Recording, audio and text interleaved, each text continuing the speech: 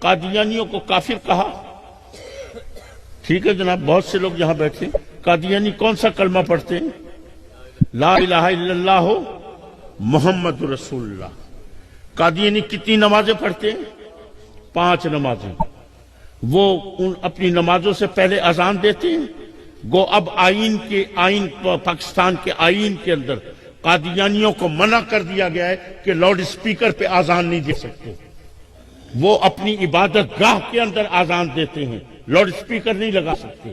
عبادت گاہ کے اندر ان کی عبادت گاہ کو اب تو ہم عبادت گاہ کہہ دیتے ہیں، پہلے ان کی عبادت گاہ کو کیا کہا جاتا تھا؟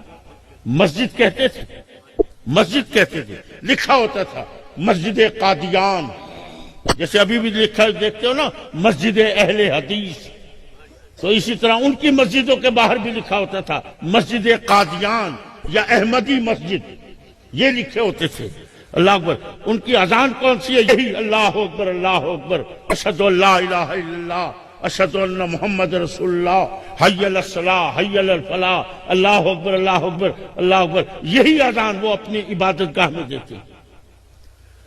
نماز یہی ہے، اذان یہی ہے، قرآن یہی ہے، کلمہ یہی ہے. اللہ اکبر. ان کی جتنی بھی یہ حج، زکوٰۃ، روزہ، سب کچھ یہی ہے. ان سے پوچھو تمہاری شریعت کا نام کیا ہے؟ شریعت محمدیہ ہے. قرآن یہی، سب کچھ یہی. کیوں ان کو کافر قرار دیا ہے؟ صرف ایک لفظ کا ترجمہ تبدیل کیا، ایک لفظ کا، اور وہ کون سا ہے؟ خاتم. وہ لفظ کون سا ہے؟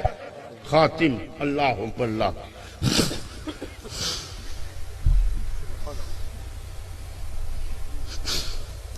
حضور کو خاتم النبیین مانتے ہو؟ کسی سے اس سے پوچھنا قادیانی سے تم مانتے ہو، وہ کہے گا مانتے ہیں. کسی قادیانی سے پوچھ لو، وہ کہیں گے مانتے ہیں، خاتم النبیین مانتے ہیں. اللہ اکبر اللہ. قرآن پڑھتے ہیں، اس میں خاتم النبیین پڑھتے ہیں، حضور کو مانتے ہیں. لیکن انہوں نے اس کا کیا کیا؟ صرف خاتم کے لفظ کا ترجمہ تبدیل کر دیا. یہ کیا یہ قادیانی کا ترجمہ کرتے ہیں. ذرا اٹھاؤ کبھی عربی کی لغت، اس میں دیکھنا خاتم کا کیا ترجمہ لکھا ہے.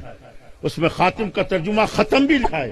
جس پر کوئی چیز ختم ہو جائے اس کو بھی خاتم کہتے ہیں. اور خاتم کا ایک اور ترجمہ بھی ہے، اور وہ کیا ہے؟ خاتم اس ہیرے کی انگوٹھی کو کہتے ہیں جو زیورات میں چاہے کتنے ہی زیورات پڑے ہوں، لیکن تمام زیورات میں اپنے ہیرے کی وجہ سے وہ اس طرح چمک رہی ہو، دمک رہی ہو کہ سارے زیور ہیچ ہو جائیں اور وہ سب سے اعلیٰ نظر آئے. نعرہ تکبیر، نعرہ رسالت، فیضان حضور غزالی زمان، فیضان حضور کاظم کریم.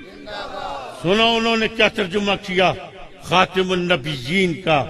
انہوں نے ترجمہ کیا کہ یہ محمد وہ نبی ہے جو سارے نبیوں میں اس طرح چمک رہا ہے، دمک رہا ہے کہ سارے نبی ہیچ ہیں، یہ سب نبیوں سے افضل نبی. سونا کہ جا سونا ترجمہ ہے نا، سونا ترجمہ. بل تھی ونجو نا قادیانی کیا تھی دے. کتنا خوبصورت ترجمہ ہے کہ سارے نبیوں میں سب سے افضل نبی ہے، سب سے زیادہ چمکنے والا نبی ہے. یہ اس ہیرے کی طرح، ہیرے کی انگوٹھی کی طرح نبی ہے جو سارے زیوروں میں چمک رہی ہو. اللہ اکبر. پھر بنو گے قادیانی؟ حسین ترجمہ ہے، خوبصورت ترجمہ ہے. اللہ تعالی ہم سب کو عقل سلیم عطا فرمائے. عزیزان محترم ذرا سوچو خدا کے لیے. ایک قادیانی اگر ایک لفظ کا ترجمہ تبدیل کرتے ہیں تو تم ان کو کافر کہہ دیتے ہو، اور جنہوں نے پورے قرآن کا بیڑا غرق